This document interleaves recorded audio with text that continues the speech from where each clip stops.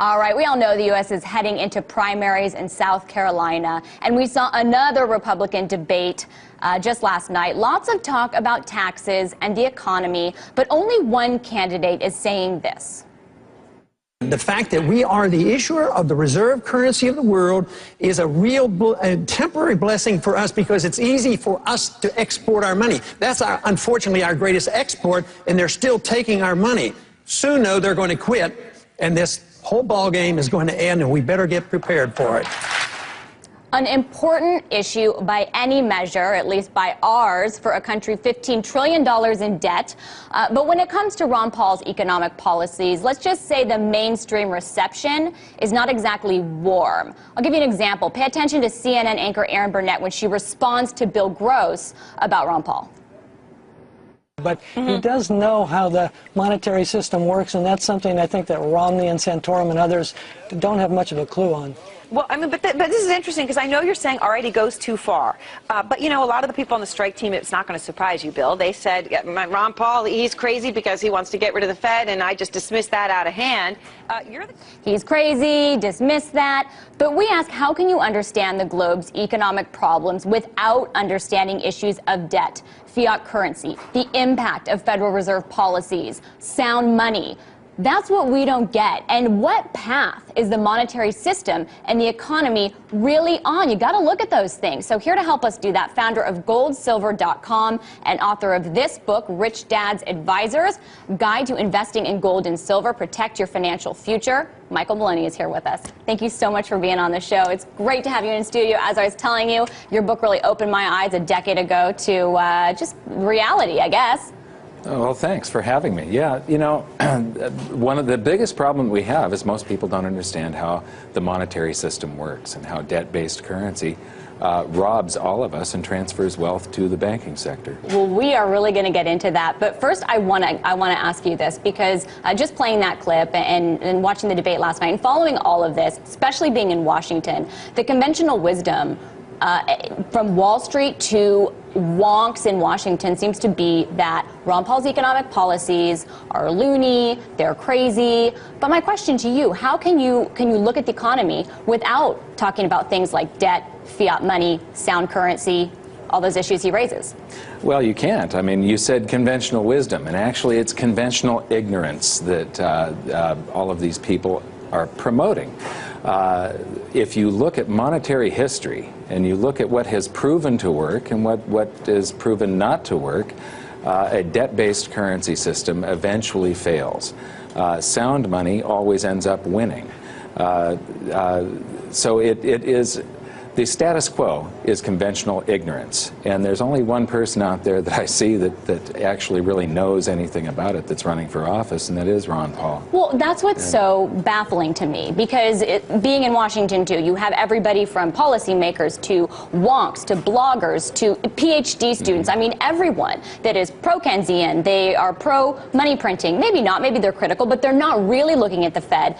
As you've just said, they have conventional, that's ignorance when it comes to somebody like Ron Paul, which they dismiss as fringe. But your view and the things he talks about, ironically, whenever I talk to investors, people that are independently making money, have skin in the game, have been successful, and are really kind of doing it for real, they all talk about the things that you're talking about and that Ron Paul's talking about. Why do you think that is? Well, it's the only thing that works. You know, history proves that these things work, that sound money works. History proves that fiat currency eventually doesn't work. The system always implodes. It's a debt-based currency system where we're borrowing currency into existence and promising to pay it back plus interest. The dollars required to pay the interest don't exist yet. So we have to work in the future. We always have to go deeper in debt every year than we were the previous year as a society for the whole system to continue functioning. And when we save up and we pay down debt, we extinguish those dollars that we borrowed into existence. This is a credit-based monetary system. So if we have to stay ahead of it, or the whole thing starts to implode by going deeper in debt. That's the reason we're $15 trillion in debt now, and we were only, I can't remember what we were when Obama took office, 11 or 12 trillion dollars. We have to go deeper in debt, or the whole thing implodes. And it's basically a form of enslavement. It's a feudal system, all because except the lords are no longer these people living in castles in England. They're the people living that work in the banking sector. If you look at all the big buildings throughout the world, it's the banks. And we have to, when we borrow currency into existence by the Federal Reserve, writing a check and buying a bond, that bond is promising to pay back principal plus interest, and that interest, that principal and interest, comes from our tax dollars. So we have to work in the future to pay taxes for the dollars that exist today, that we're spending today. Are you saying we're all becoming serfs? Yes. Okay. That's exactly what I'm saying. And you know what? That's something that is very au courant right now, right? Okay, inequality is what everybody is talking about, or at least it's kind of what Occupy Wall Street has really embodied, is this concern about inequality. It's kind of moved it into the conversation. But yet, the solutions or the problems people are talking about are all things within the system. How come nobody's talking about the monetary system as the problem, if that's what's creating this massive transfer of wealth? It does. It is one of the things that creates this huge inequality. And I went to Occupy Wall Street and I interviewed a number of people, and one of the things I noticed was that they're all protesting a bunch of different things, and they don't realize that all the different things that they're protesting have one root cause, and that is this debt-based currency system that creates these huge discrepancies of wealth. You know, I know that in the short term we have these big economic booms because of this currency system where we borrow currency into existence and we go on a credit binge and there's a boom, it goes into a bubble, but then the bubble collapses. Under a hard money system you have slower growth, but it's continuous growth. I have a feeling that our level of prosperity today would be far, far higher under a hard money system that is fair than it is under this fiat currency system. But the fiat currency system, the people that are in power, if they have the power of currency creation, they get to direct the spending. So it limits our freedom. When you have a hard money currency system, the government can't do as much deficit spending. The government has to be smaller. If they borrow too much, they slow down the economy because they're borrowing currency out of the private sector. So what drives the economy is the people and the freedom to vote with your wallet, vote what you want to spend. So the economy gets skewed the way the free market wants it to go, the way that people want it to go. Well, that's an interesting point. So, okay, let's get into some of these things, because you're talking about how money is created. And I want to break that down for our viewers, because money isn't exactly printed. It's loaned into existence, and that ties into the debt problems that we have. Can you explain how it works a little bit? Well, there's basically two forms of debt-based currency. Base money, which is created by the Federal Reserve whenever they write a check and they buy something. And they usually end up buying, through open market operations, U.S. Treasury bonds. The population of the United States has to work in the future to pay off those U.S. Treasury bonds. We have to pay taxes in the future. So every time the Federal Reserve writes a check, it creates paper dollars, base money. But all those dollars are owed back plus interest on the bonds that it bought, the Treasury bonds. And then the other form of dollars that exist are the credit dollars that are created through fractional reserve lending. When you go and you buy a house or a car, you sign a loan document. When your pen hits that paper, those dollars are created and get credited to your account. They're just a book entry for the bank. But then you go and buy something with them, and they go into circulation, and they stay in circulation until somebody saves them up and pays down debt. And that's a really key point, right? Because a lot of people think of expansion of money supply just in terms of base money, of, okay, the Fed's expanded its balance sheet, it's tripled it, base money is increased, and this is the money supply. But you're saying all that credit expands the money supply too. That's where the vast majority of our currency supply comes from. I don't call it a money supply. Okay. Money has to be a store of value over long periods of time. You probably call it a currency. It's a currency supply. Currency supply. Only gold and silver are money. Everything else is currency. It's our currency system, a fiat-based currency system, is designed to continually lose value because you have to expand the currency supply to be able to pay the interest that is due on the currency supply. You know, Ben Bernanke doesn't say that gold is money. Is he part of that conventional ignorance? Yes, he is part of the conventional ignorance. But the base money portion, the portion that the Federal Reserve has direct influence over, is only 6% of our currency supply. It's $3 trillion. The number of dollars that exist is a reflection of total credit, and that stands at 53 trillion. So only 3 trillion out of 53 trillion is the portion the government created. Everything else you and I create, the public creates, when we go out and we borrow to buy a car or a house, or we spend money on spend currency on a credit card. That currency is created by us when we sign that document. And you argue if we didn't have this fiat debt-based system, we probably would have better growth longer term. But it sounds like to unwind that might be really painful. Is there a realistic way to ever do it? It's going to be the biggest calamity in financial history, I believe. Is it coming? It's absolutely coming. You know, one of the things, when I was writing my book, I discovered that every 30 to 40 years, the world has a new monetary system, and nobody really has paid attention to this. A man-made system can't possibly last. Pressures build up here and there, there's misallocations of capital, and then the whole thing eventually implodes. We had the classical gold standard before World War I, the gold exchange standard between the wars, the Bretton Woods system from 1944 to 1971, and now we've had the dollar standard from 71 until today. It's 40 years old. It's the longest lived of these currency systems. There are tremendous imbalances that have been building up. The $15 trillion debt, all of our exportation of dollars around the planet.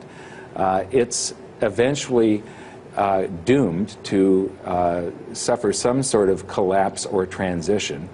And I believe this is going to happen in this decade. But since the dollar is the majority of the world's currency, if the dollar has a problem, every country on the planet has a problem, because more than half of all the dollars that exist outside the United States. More than half, which is why all of our international viewers should be paying very close attention, because this is not just a U.S. debate. The U.S. dollar is the global reserve currency. We're going to talk about where it's going. We're going to talk about gold and silver, because Mike Maloney, it's his thing. He's founder of goldsilver.com, and we will be right back with him after a short break. Welcome back. So we heard about where this is all headed, and it's not good. Let's talk about where we are in the wealth cycle. That's something that Mike Maloney refers to. What does that even mean? We're going to find out. But first, do these commercials help illustrate anything? Look a few years ago. It was all about selling gold for cash. Here's money with gold at an all-time high. Now's the time to send your unwanted gold for cash, like these gold cufflinks. I can get cash for this gold medallion of me wearing a gold medallion. This gold. Now when you look at the TV, it's all about trading cash for gold. Whether you are diversifying your portfolio, investing for profit, or completing a coin collection, you can turn to a trusted leader. And that's why. Let's figure out what this all means, though, because founder of goldsilver.com and author Mike Maloney is going to break it all down for us. Now, before the break, we were talking about you believe that this monetary system is headed for a collapse. I hope I'm not putting your words in your mouth. Is that what you think? Well, throughout history, all fiat-based currency systems collapse. And today, August 15th of 1971, we began a grand experiment. Before that date, all currencies on the planet were pegged to the U.S. dollar, and the U.S. dollar was pegged to gold. So all currencies were pegged to gold through the U.S. dollar. Nixon severed that, and before that, fiat currencies were a 100% failure rate. There is no example in all of history, and it's been tried thousands of times. It doesn't work. And then on August 15th, we decided to try it globally. So we can only imagine where this is headed if history repeats itself. So let's talk about gold, because you're not a gold bug. At least you've said you're not a gold bug, but you think it's in a wealth cycle right now. Can you tell us what that means? Well, a wealth cycle is basically, there are so many different asset classes, just a few. You know, you've got commodities and precious metals, you've got real estate, you've got paper assets like stocks.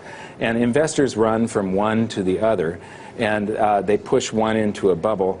Well, it should be drawing currency away from the ones that are out of favor. It doesn't, because we keep on increasing the currency supply. We keep on diluting the currency supply. But what's happening is, if you have, in the last decade, real estate went up, stocks went up, and commodities and precious metals went up. That's not really possible that everything went up. What's happening is everything is going up in price, because the currency is losing purchasing power, but at the same time, there are certain things that are going down in value. If you have two things that are rising, and you're invested in this one, and it's rising slower than the other one, when you go to sell, you can't buy as much of this one. If you're invested in this one, when you go to sell, you can buy a whole lot more of that one. Okay. That means that this one is gaining in value and price. This one is gaining in price, but it's falling in value. And what you see if you take things like the Dow Jones Industrial Average or a single-family median price home, and you divide those things by other things instead of currency. How much is your home worth as far as barrels of oil over a century? How much is the Dow worth measured in ounces of gold? You'll see that it goes overvalued, undervalued, overvalued, undervalued in this pattern, and it tends to be about 20-year swings. Okay. And so by being invested in one sector for while it's rising, and then selling and identifying the most undervalued asset class that you can and moving into that one, you're basically taking that next wave and sort of pasting it up out of this valuation channel that everything is trapped in. We get better, man gets better at producing things. We make efficiency gains relatively the same for all the different sectors throughout time. And when you measure one thing against another thing, you will find that, that everything is sort of trapped in this valuation channel.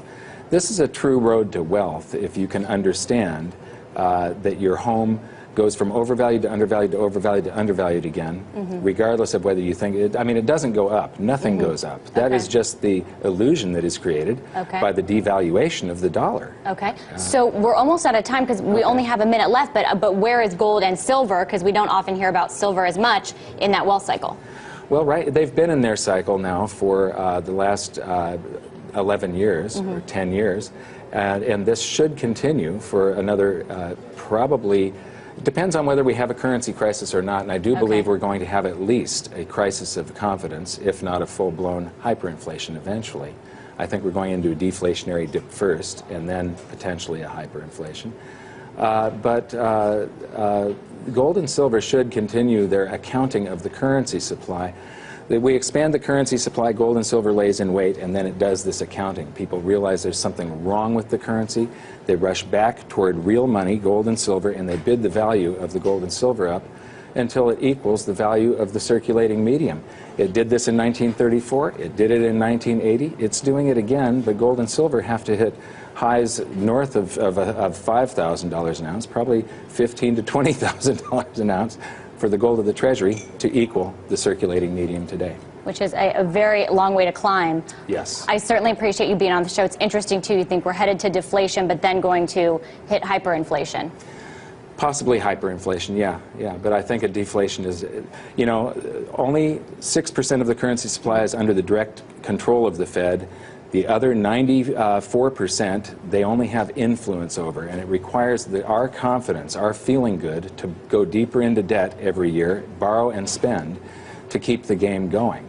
Okay. And if we don't borrow and spend, then the whole thing starts going into a deflationary collapse. Okay, and that's where you think we're headed, it sounds like. Thank you so. Yes, but gold and silver will still do the accounting, and it's better to be way too early than 1 second too late. Aha. There you have it. Good final words. We'll end on that, Mike Maloney. Thank you so much for being on the show. He's founder of goldsilver.com and author, Mike Maloney.